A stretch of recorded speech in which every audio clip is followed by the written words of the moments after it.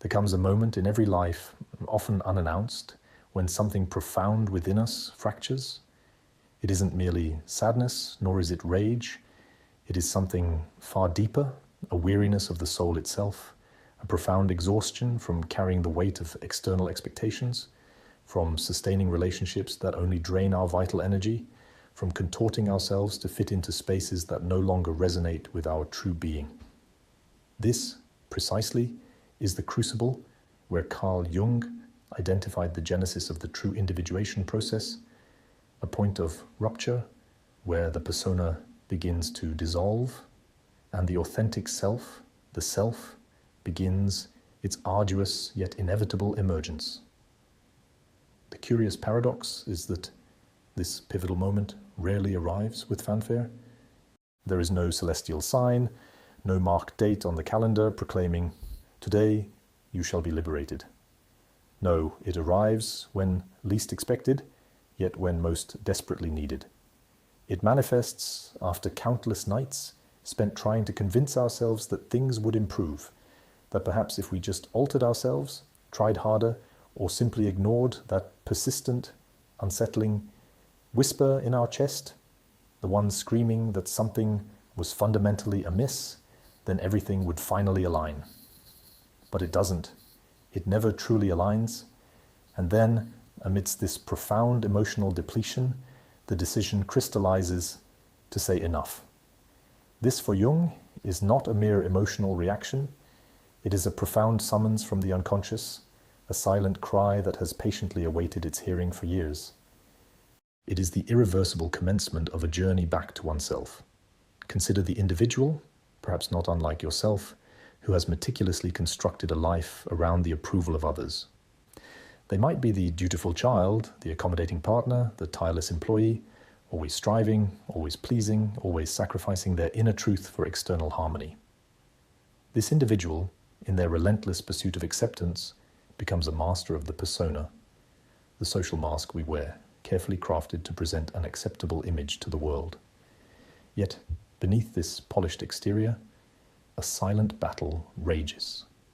The constant suppression of authentic desires, the stifling of genuine emotions, the relentless effort to maintain a facade, all exact a heavy toll. The initial discomfort evolves into a pervasive sense of unease, then into anxiety, and eventually a profound emptiness.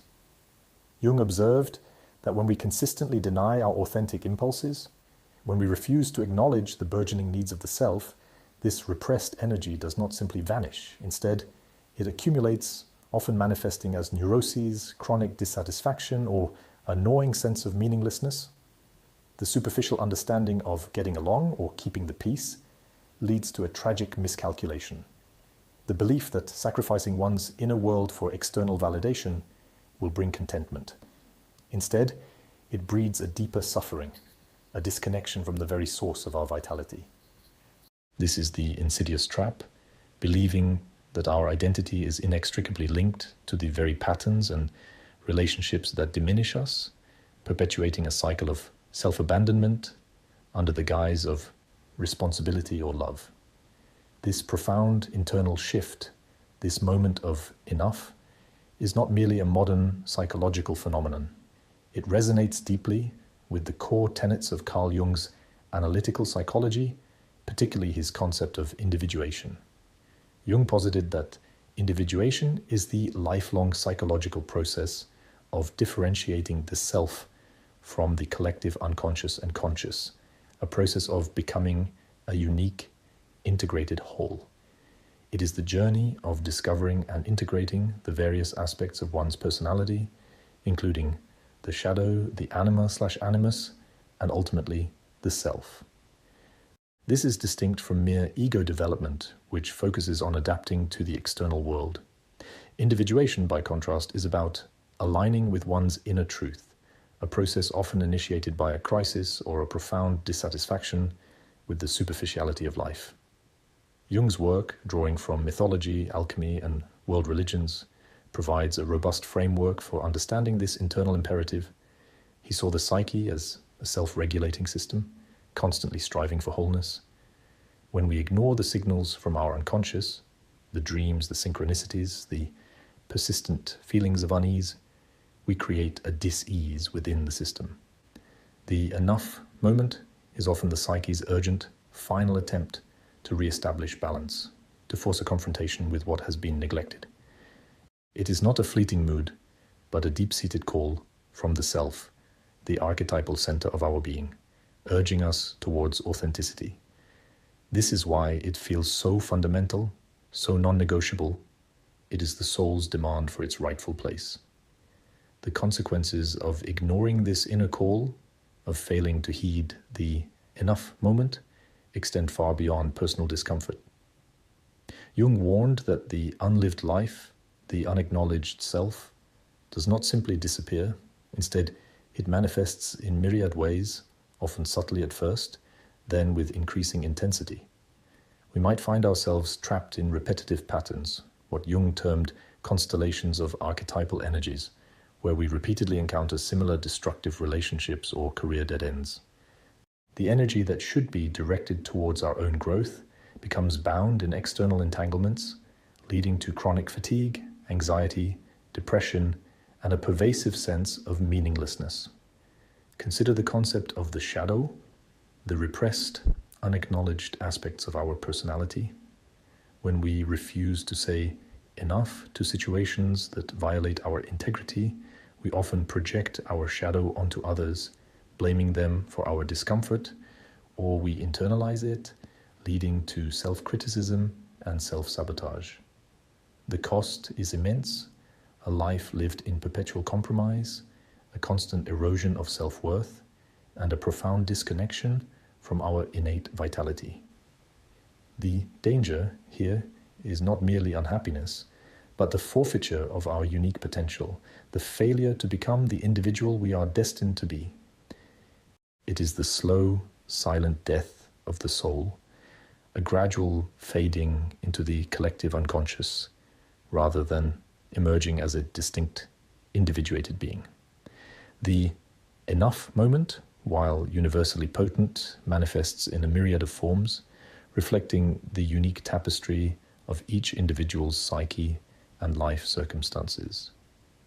It is rarely a singular monolithic event, but rather a culmination of subtle shifts and growing internal pressure.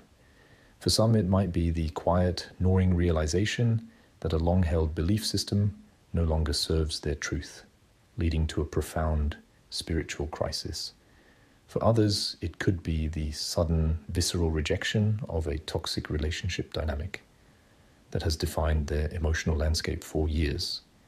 We see it in the artist who finally abandons a secure but soul-crushing career to pursue their authentic creative calling, or the individual who, after years of people-pleasing, finally sets firm boundaries, risking disapproval for the sake of self-integrity.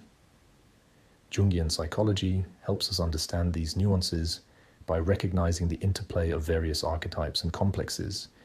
The enough moment can be triggered by an overwhelming mother complex demanding liberation from suffocating expectations, or a hero archetype finally refusing to fight battles that are not its own. It can be the pure/puella eternus finally choosing to engage with the responsibilities of adulthood, or the senex archetype demanding a re-evaluation of life's purpose. Recognizing these distinct patterns and their underlying archetypal energies is crucial. It moves us beyond a simplistic understanding of quitting or giving up, and reveals the profound archetypal forces at play, underscoring that this is not a weakness, but often a powerful, necessary act of self-reclamation, a realignment with the self's deeper purpose.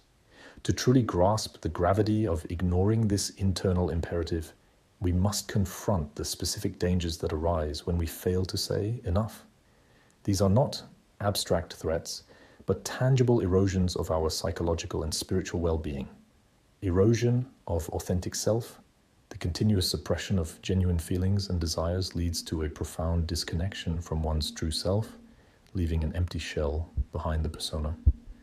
Accumulation of resentment, unexpressed anger and frustration fester, poisoning relationships and leading to chronic bitterness and cynicism.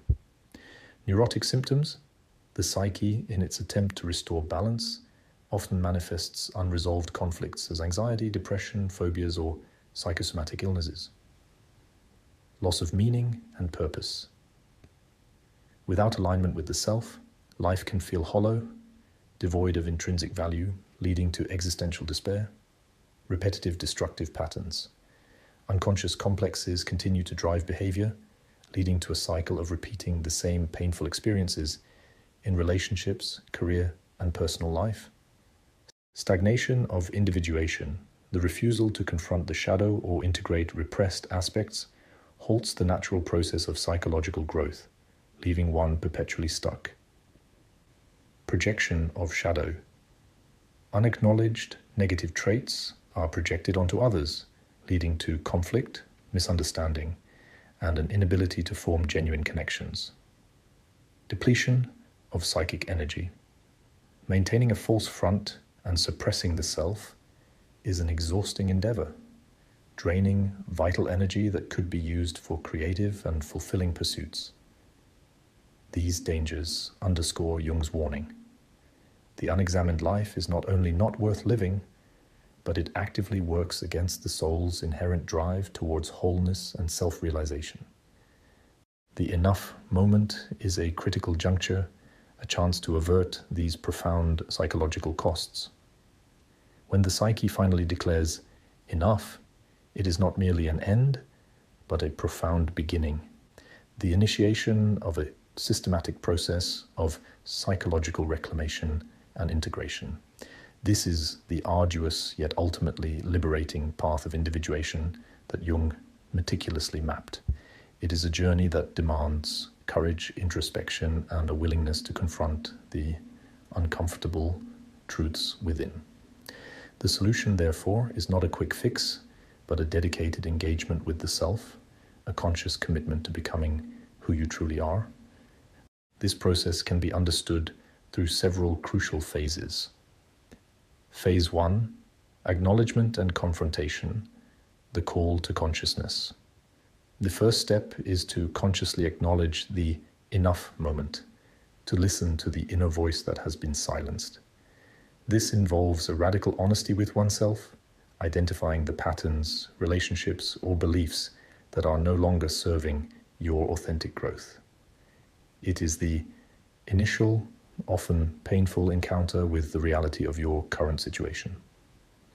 Phase 2, shadow integration, embracing the unseen. Here we delve into the shadow, those aspects of ourselves we have repressed, denied, or deemed unacceptable. Instead of projecting them outwards or burying them deeper, we bring them into conscious awareness. This means recognizing our flaws, our darker impulses, our unfulfilled desires, not to indulge them, but to understand their origins and integrate their energy constructively. Techniques might include dream analysis, active imagination, or journaling to uncover these hidden parts. Phase 3, persona reevaluation, shedding the mask. With a clearer understanding of our shadow, we can then critically examine the persona, the social mask we present to the world.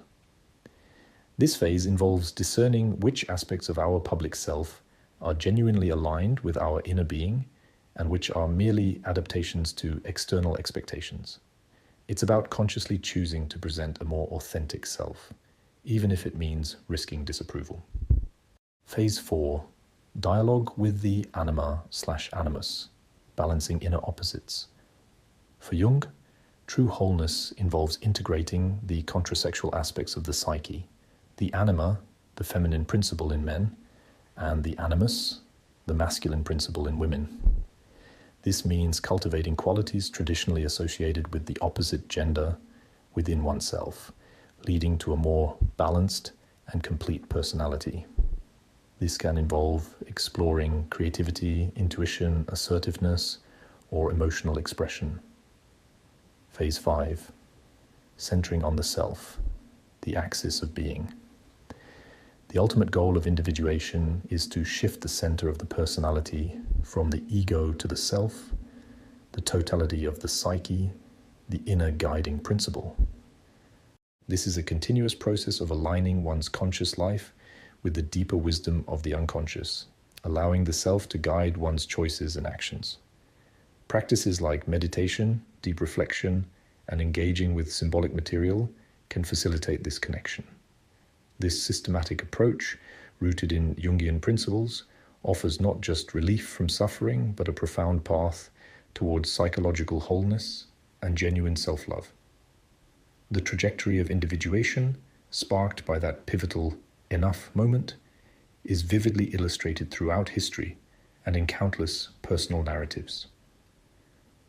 Consider the profound journey of Hermann Hesse, whose literary works, deeply influenced by Jung, often depict protagonists grappling with existential crises, confronting their shadows, and ultimately embarking on journeys of self-discovery.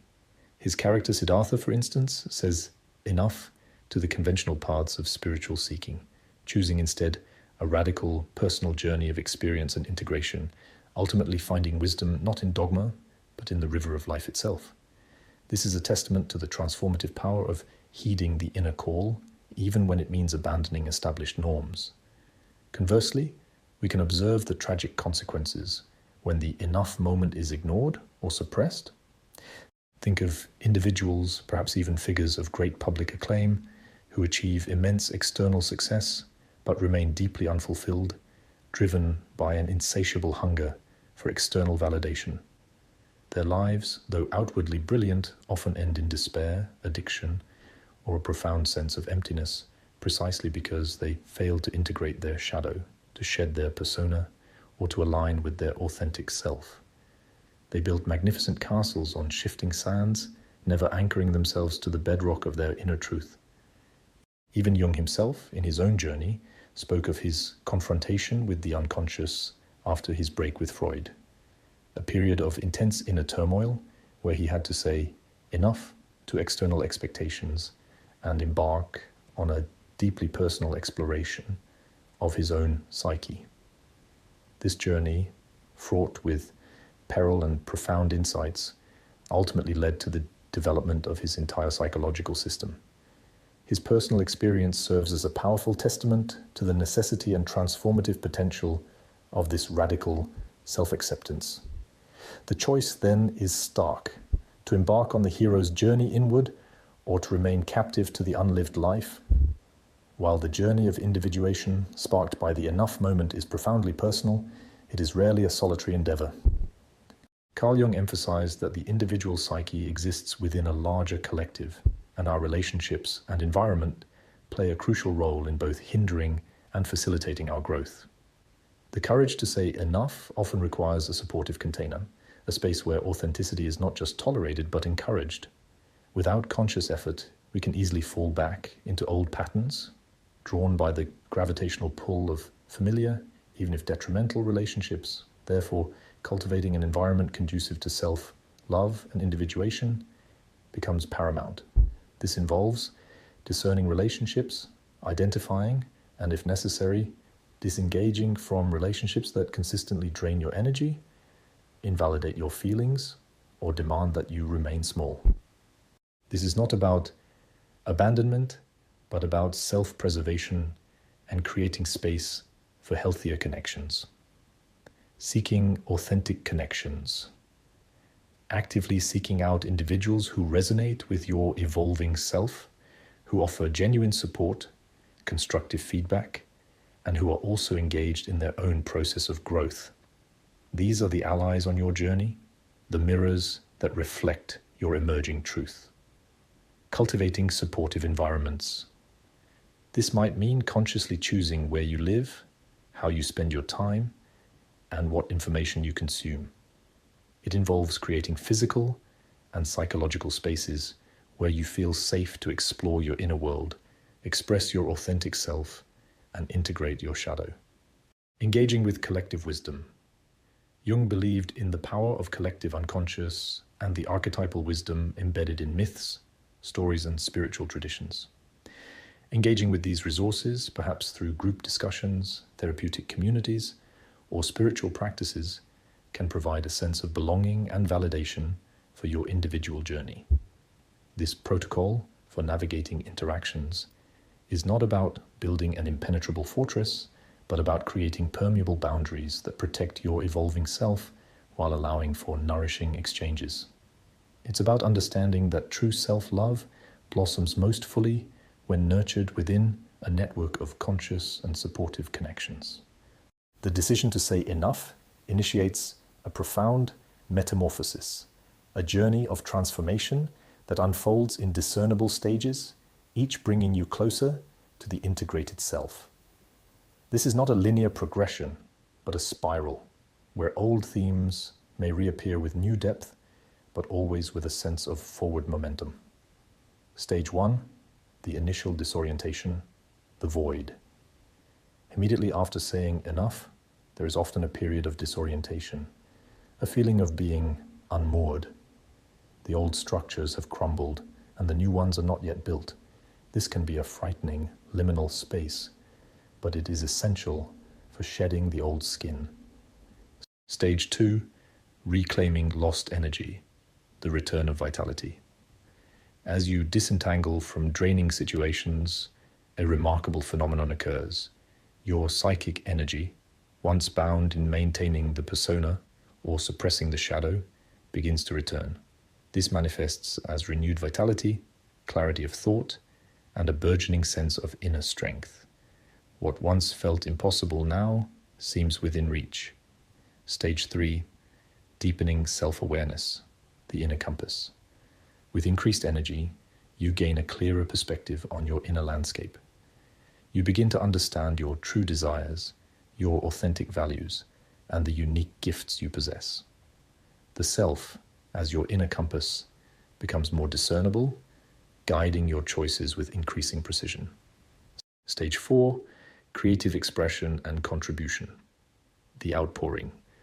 As you become more integrated, your unique potential naturally seeks expression. This might manifest as a surge in creativity, a desire to contribute to the world in a meaningful way, or a newfound capacity for deep, authentic connection. The transformation is not just for your benefit, but becomes a gift to the collective.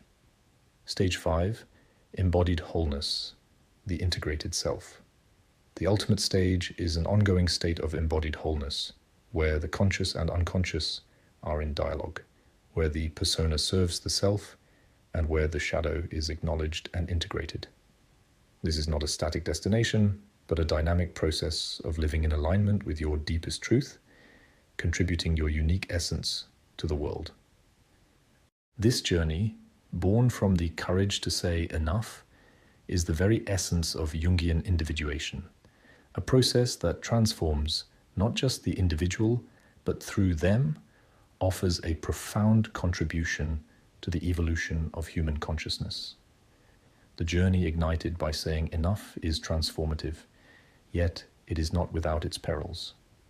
The path of individuation, as Jung meticulously documented, is fraught with potential pitfalls, moments where the gravitational pull of the old patterns, the comfort of the familiar, can threaten to derail our hard-won progress. Recognizing these common traps and committing to ongoing maintenance is crucial for sustaining the profound shift initiated by your declaration. Beware of these common pitfalls, the siren song of the old persona. After experiencing the initial liberation, there can be a powerful temptation to revert to old ways of being, especially when faced with external pressure or the discomfort of the unknown. The old persona, though limiting, offered a sense of security. Shadow reprojection. Having integrated aspects of your shadow, there's a risk of projecting newly discovered uncomfortable truths onto others, or of allowing the shadow to re-emerge in destructive ways if vigilance is lost. Inflation of the ego. As you gain strength and self-awareness, there can be a subtle inflation of the ego, a belief that you have arrived or are superior. This can lead to arrogance, isolation, and a halt in further growth. True individuation is characterized by humility and an ongoing process of self-discovery. The tyranny of the collective. Even after breaking free, The subtle pressures of societal norms, collective expectations, and unconscious group dynamics can still exert influence, attempting to pull you back into conformity.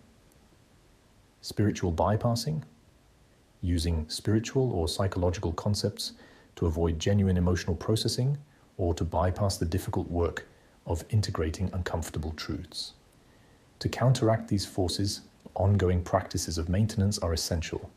Continuous self-reflection, regular introspection, journaling, and dream analysis to stay attuned to your inner landscape and identify emerging patterns or unresolved issues. Boundary reinforcement, consistently reinforcing healthy boundaries in relationships and commitments, ensuring that your energy and integrity are protected. Engagement with the unconscious. Maintaining a dialogue with your unconscious through active imagination, creative expression, or therapeutic work to continue the process of integration. Community and accountability, staying connected with a supportive community or mentor who can offer perspective, challenge blind spots, and provide encouragement. Embracing the paradox, recognizing that individuation is a lifelong process, a dynamic interplay of opposites, and that moments of doubt or regression are part of the journey, not a sign of failure. This commitment to ongoing self-awareness and conscious effort ensures that the power unleashed by saying enough continues to fuel a life of authentic growth and profound self-love. So we return to where we began, the moment something within you declares enough. What once felt like a breaking point, a surrender to exhaustion, is now revealed as the sacred threshold of your true becoming. It is not a weakness, but a profound act of courage, a primal roar from the depths of your psyche demanding authenticity. This problem of discontent, this inner turmoil, is not a flaw. It is, as Jung would suggest, an advanced characteristic of a soul yearning for its own evolution, a potent signal that your self is ready to emerge, fully formed and radiant. You are not merely reacting, you are responding to the deepest call of your being. The self-love that blossoms from this declaration is not a fragile sentiment, but an unshakable foundation, forged in the crucible of self-discovery. It is the unwavering certainty that you are enough, precisely as you are, and that your unique journey is your most profound contribution. Now the question is, what will you do with this truth? Engage with your journey. We invite you to share your reflections. Have you experienced an enough moment? What did it teach you? Share your insights in the comments below and connect with a community also walking this path of self-discovery. Deepen your understanding.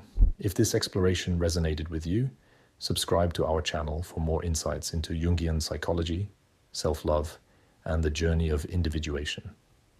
Continue the exploration. For a deeper dive into the concept of the shadow and its integration, watch our video titled Confronting Your Shadow, The Path to Wholeness, linked in the description. Remember, the power to say enough is the power to reclaim your life, to step into your authentic self, and to finally embrace the profound, unwavering love that resides within you. The journey has just begun.